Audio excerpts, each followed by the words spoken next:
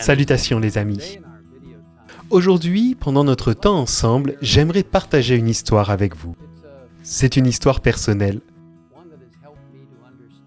Une histoire qui m'a aidé à comprendre de manière très concrète un trésor que Dieu a donné au peuple des derniers jours. Il y avait un homme nommé William, qui était ingénieur, agriculteur et homme d'affaires. Né en Irlande, il a émigré aux États-Unis vers 1870 ou 1870. Lui et sa femme, Isabella, ont vécu à Philadelphie où il a travaillé comme ingénieur dans la construction de locomotives. Finalement, ils se sont dirigés vers l'ouest des États-Unis, à Redwoods, en Californie du Nord, pour couper et transporter du bois avant de s'installer près de Hillsburg, où William est devenu fruiticulteur, éleveur de bétail et propriétaire d'un magasin de campagne. Le couple a eu 4 enfants, William Jr., Ray, Nathanael et Walter. À un moment donné, Isabella est devenue adventiste du 7e jour, mais son mari William ne s'intéressait pas à la religion. C'était un homme bon, un bon citoyen, mais il ne s'intéressait pas tellement à la religion. En 1905, des tentes furent érigées près de Hillsburg, en Californie, pour un camp-meeting des adventistes du 7e jour. Isabella et ses garçons y assistèrent et elle invita son mari à se joindre à eux pour le service du sabbat. À sa grande joie, il accepta. Alors que William était assis sous la tente ce matin-là, l'orateur a commencé à expliquer la merveilleuse vérité sur Jésus, partageant le besoin de tous les pécheurs d'avoir un sauveur, de lui permettre à lui, Jésus, de changer leur vie. L'orateur lança un appel sincère et à la surprise et à la joie d'Isabella et de sa famille, William se leva et s'avança donnant son cœur au Seigneur.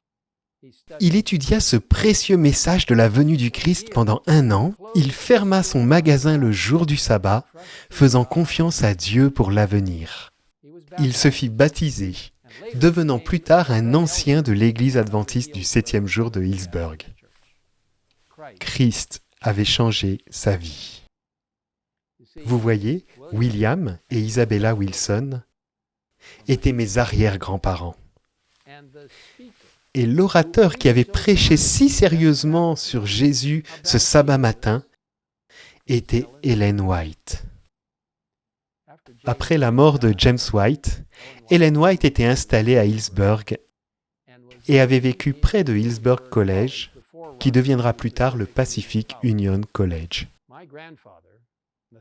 Mon grand-père, Nathaniel, le 3e frère de ce groupe de 4, se souvenait qu'Ellen White venait chez eux quand il était petit garçon et qu'elle lui racontait avec amour des histoires à lui et à ses frères alors qu'ils étaient assis à ses pieds.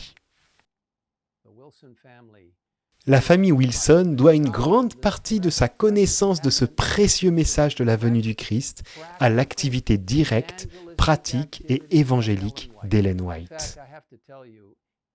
En fait, je dois vous dire que cela me réchauffe le cœur, voire me rend émotif, de penser à l'impact d'Ellen White sur la famille Wilson.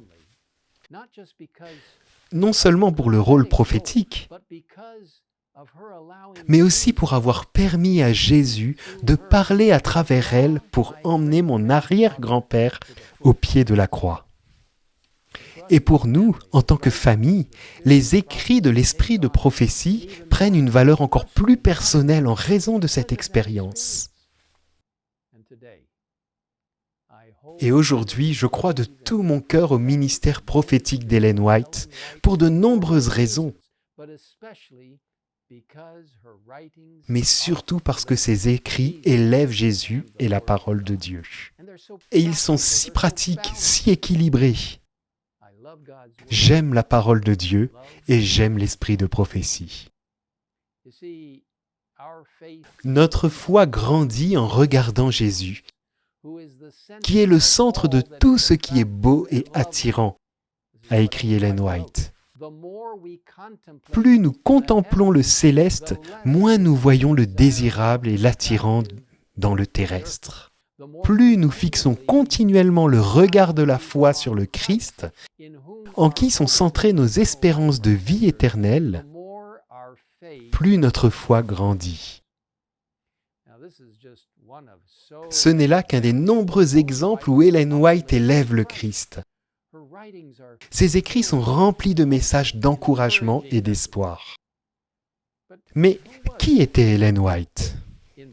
En bref, c'était une femme aux dons spirituels remarquables qui a vécu la plus grande partie de sa vie au XIXe siècle. Pourtant, grâce à ses écrits, elle continue d'avoir un impact révolutionnaire sur des millions de personnes dans le monde, y compris moi. Au cours de sa vie, elle a écrit plus de 5000 articles périodiques et 40 livres. Mais aujourd'hui, compte tenu des compilations de ces 50 000 pages de manuscrits, plus de 100 titres sont disponibles en anglais et de nombreux autres en plusieurs langues. En fait, elle est la femme écrivain la plus traduite de toute l'histoire de la littérature et l'auteure américaine la plus traduite. Ses écrits couvrent un large éventail de sujets, notamment la religion, l'éducation, les relations sociales, l'évangélisation, la prophétie, l'édition, la nutrition, les activités familiales, la jeunesse, la gestion et bien d'autres encore. Son chef-d'œuvre sur la vie chrétienne, Le meilleur chemin, a été publié dans plus de 140 langues. En fait, je dois dire que Le meilleur chemin est l'un de mes livres préférés. C'était le livre préféré de mon père parmi ceux de l'esprit de prophétie. Les adventistes du 7e jour croient qu'Ellen White était plus qu'une écrivaine de talent. Nous croyons qu'elle a été désignée par Dieu comme une messagère spéciale pour attirer l'attention du monde sur les Saintes Écritures et pour aider à préparer les gens au retour du Christ. Et je tiens à vous dire que je crois que cela va se produire très bientôt. De l'âge de 17 ans jusqu'à sa mort 70 ans plus tard, Dieu lui a donné environ 2000 visions et rêves. La durée de ces visions variait de moins d'1 minute à près d'1 quart d'heure. Les connaissances et les conseils reçus grâce à ces révélations, elle les a écrites pour les partager avec les autres. Ainsi, ces écrits sont acceptés par les adventistes du 7e jour comme étant inspirés. Et leur qualité exceptionnelle est également reconnue par les lecteurs occasionnels.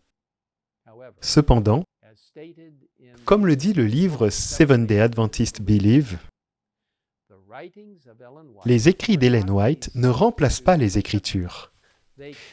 Ils ne peuvent pas être mis sur le même plan. Les Saintes Écritures constituent le seul modèle par rapport auquel elle et tous les autres écrits doivent être jugés et auxquels ils doivent être soumis. Et comme Ellen White elle-même le souligne dans La Grande Controverse, le fait que Dieu ait révélé sa volonté aux hommes par sa parole n'a pas rendu inutile la présence constante et la direction du Saint-Esprit. Au contraire, l'Esprit a été promis par notre Sauveur pour faire comprendre la parole à ses disciples, pour illuminer et faire appliquer ses enseignements. Ellen White était en effet une femme remarquable qui, accomplissant toutes les épreuves d'une vraie prophétesse, telle qu'elle était annoncée dans les Écritures, a contribué à la fondation de l'Église adventiste du 7e jour. Et grâce aux conseils donnés par cette messagère spéciale, Dieu nous a bénis immensément. Et encore une fois, je m'inclus personnellement. Chaque jour, j'essaye de lire les Écritures et l'esprit de prophétie. C'est une grande bénédiction pour moi personnellement, et ce le sera aussi pour vous. Comme nous le lisons dans 2 Chroniques 20, verset 20, la dernière partie nous dit « Ayez confiance en l'Éternel votre Dieu et vous serez affermis. Ayez confiance en ses prophètes et vous réussirez. » Mes chers amis, je vous invite à accepter cette incroyable bénédiction que Dieu a donnée à son Église. J'ai découvert que plus je lis l'esprit de prophétie, plus je me sens béni. Et aujourd'hui, tous ces écrits sont disponibles non seulement en version papier, mais aussi en ligne. Il suffit d'aller sur le site egwritings.org, de choisir votre langue et de commencer à lire aujourd'hui. Je suis sûr que vous serez bénis lorsque vous lirez la sainte parole du Seigneur et lorsque vous lirez les écrits de prophétie par l'intermédiaire d'Ellen White, la servante du Seigneur. Prions ensemble. Notre Père qui es aux cieux, merci de nous avoir envoyés à des moments cruciaux et importants de l'histoire, des bénédictions qui ont mis ton peuple en relation directe avec les instructions de la salle du trône du ciel. Nous te remercions pour les écrits qui se trouvent dans la parole de Dieu, le fondement de notre foi. Nous te remercions pour la Bible qui est si importante dans nos vies.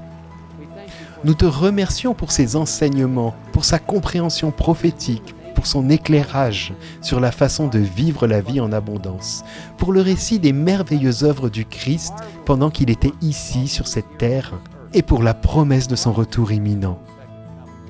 Nous te remercions pour la Bible et Seigneur, nous te remercions pour les écrits inspirés d'Ellen White dans l'esprit de prophétie. Merci de nous avoir donné des instructions sur tant de sujets, des instructions pratiques, des instructions spirituelles, une compréhension qui nous guidera vers ces derniers jours de l'histoire du monde. Alors Seigneur, merci pour ces merveilleux cadeaux. Nous nous remettons entre tes mains en te demandant de nous guider par la lecture de ta parole, par l'instruction et la lecture de l'esprit de prophétie, par la direction de l'esprit dans nos vies, par nos vies de prière en relation avec toi, afin que nous puissions témoigner aux autres du merveilleux salut en Christ, de son merveilleux service dans le sanctuaire, de sa merveilleuse justice, de son merveilleux message de santé, de son merveilleux message des 3 anges et de la merveilleuse vérité et de l'espoir que Jésus reviendra bientôt. Nous te demandons tout cela au nom puissant et merveilleux de notre Seigneur et Sauveur Jésus-Christ. Amen.